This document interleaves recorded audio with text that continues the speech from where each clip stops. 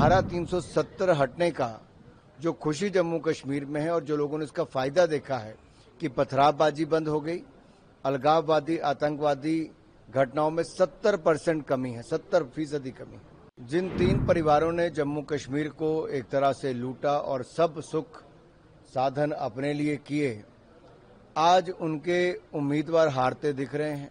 कभी उनको अफजल गुरु याद आते हैं, कभी कोई और याद आता है। ये साफ दिखता है। मुझे लगता है इस मुद्दे की गहराई में जाना चाहिए और ये जो नई परिस्थितियां बनी हैं इसके कारण क्या रहे और इससे लोकल डेमोग्राफी पे कितना फर्क पड़ रहा है। ये स्थानीय लोगों में जो रोष है उसके बहुत गंभीर कारण हैं और ऐसी अनेकों घटनाएं पिछले कुछ वर्षों में देखने को मिली हैं और मुझे लगता है इसकी गहराई में इसलिए जाना जरूरी है कि भविष्य में इस तरह के प्रयास आगे ना किए जाएं। चुनाव है हरियाणा में भी और जम्मू कश्मीर में भी। हरियाणा में दिनेश फोगाट ने कांग्रेस ज्वाइन कर लिया है, जम्मू में क्या हालात? मैं जम्मू कश्मीर के विधानसभा चुनाव से अभी आई हूं कैंपेन करके। लोगों का भारतीय जनता पार्टी की सरकार बनाने का मत है। धारा 370 की समाप्ति ने नए अवसर खड़े किए हैं, जहां एक और शांति आई है, खुशहाली आई है, भारी निवेश आया है और पर्यटकों की भी भरमार है, नए रिकॉर्ड बने हैं। वहीं पर जनता को जहां एक और महिलाओं को 18,000 रुपये साल के मिलेंगे, 3,000 रुपये बुजुर्गों को पेंशन के लिए मिलेंगे, बच्चों को कोचिंग के लिए 10,000 रुपये तो मुफ्त में लैपटॉप मिलेंगे। वहीं पर 5 लाख नौकरियां युवाओं को मिलने वाली हैं। लेकिन सबसे बड़ी बात यह है धारा 370 हटने का जो खुशी जम्मू कश्मीर में है और जो लोगों ने इसका फायदा देखा है कि पथरावबाजी बंद हो गई, अलगाववादी आतंकवादी घटनाओं में 70% कमी है, 70% कमी है। डॉक्टर फोगाट ने आरोप लगाया कि उनकी बहन के बीच में दरार डालने की कोशिश की गई है। क्या कहें? जिन 3 परिवारों ने जम्मू कश्मीर को एक तरह से लूटा और सब सुख साधन अपने लिए किए, आज उनके उम्मीदवार हारते दिख रहे हैं। उमर जी पहले कहते थे मैं एक भी विधानसभा नहीं लड़ूंगा, अब 2-2 सीटों से उमर अब्दुल्ला जी लड़ रहे हैं और दोनों पे ही हालत खस्ता है। कभी उनको अफजल गुरु याद आते हैं, कभी कोई और याद आता है।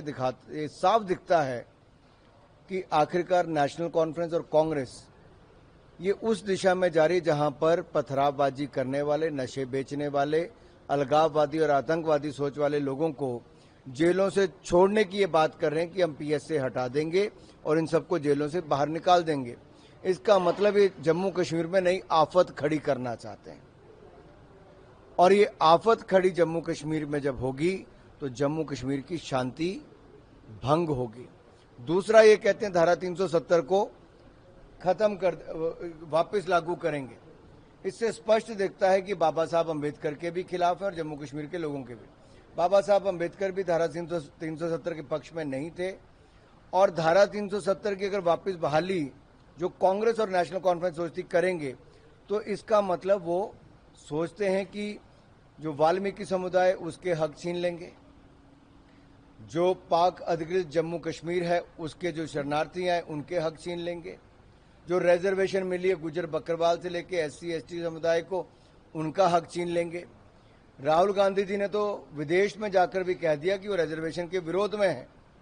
राहुल गांधी जी एक और रिजर्वेशन खत्म करना चाहते हैं। दूसरा, इनकी पार्टी और परिवार ने लोकतंत्र की हत्या इमरजेंसी लगाकर की थी और संविधान में कई संशोधन पंडित नेहरू जी से लेके इंदिरा गांधी जी और राजीव गांधी जी तक किए। ये स्पष्ट दिखता है कि ये लोग संविधान निर्माता बाबा साहब अंबेडकर के भी खिलाफ थे, ये रिजर्वेशन के भी खिलाफ हैं और अब जम्मू कश्मीर के लोगों का रिजर्वेशन का हक भी छीनना चाहते हैं। मेरा आखिरी सवाल रहेगा, हिमाचल प्रदेश की सरकार जो है दिवाली की हालात है, एम्प्लॉइज की सैलरीज नहीं मिल पा रही है, किस तरह से? 1.5 वर्ष में हिमाचल का बंटाधार सुक्खू सरकार ने किया है। कांग्रेस को पता ही नहीं सरकार चलानी कैसे है। बड़े बड़े वायदे झूठे कर दिए थे, आज वो वायदे पूरे करते दिख नहीं रहे और सरकार की माली हालत इतनी खराब हो गई कि सरकारी कर्मचारी और पेंशनर्स को एक एक हफ्ता अपनी तनख्वाह का इंतजार करना पड़ता है। और बोझ ये पड़ा कि जब इनकी सरकार बनी कांग्रेस की, बढ़ते ही इन्होंने 2 बार पेट्रोल और डीजल पर टैक्स बढ़ा दिए और अब ये सेस लगाने वाले दूध के नाम पर और पर्यावरण के नाम पे, यानी कि बिजली उपभोक्ताओं को अब ज्यादा पैसा देना पड़ेगा। मिल्क सेस और एनवायरमेंट सेस के नाम पर कोई ना कोई बहाना ढूंढकर जनता की जेब में से पैसा निकालने का काम कांग्रेस की सरकार कर रही है और जनता पर बोझ डाल रही है। सीमेंट की बोरी 15 रुपए दाम बढ़ा दिए। अब यहां इंडस्ट्री आनी तो दूर की बात, जो है वो भी पलायन करने की सोच रही है। पहले उनके दाम बिजली के बढ़ा दिए, अब उन पर और सेस लगा रहे हैं। ये कैसी मनमानी है? अगर राज्य की सरकार नहीं चला सकती कांग्रेस पार्टी, तो इनको छोड़ देना चाहिए। अगर आप तनख्वाह नहीं दे पा रहे, आम जनता को वायदे पूरे नहीं कर पा रहे, ऊपर से टैक्स का बोझ और बढ़ा रहे हैं, तो इससे दिखता है कि जैसे कर्नाटक वैसे ही हिमाचल प्रदेश में कांग्रेस की सरकारें पूर्णतः फेल हो गई।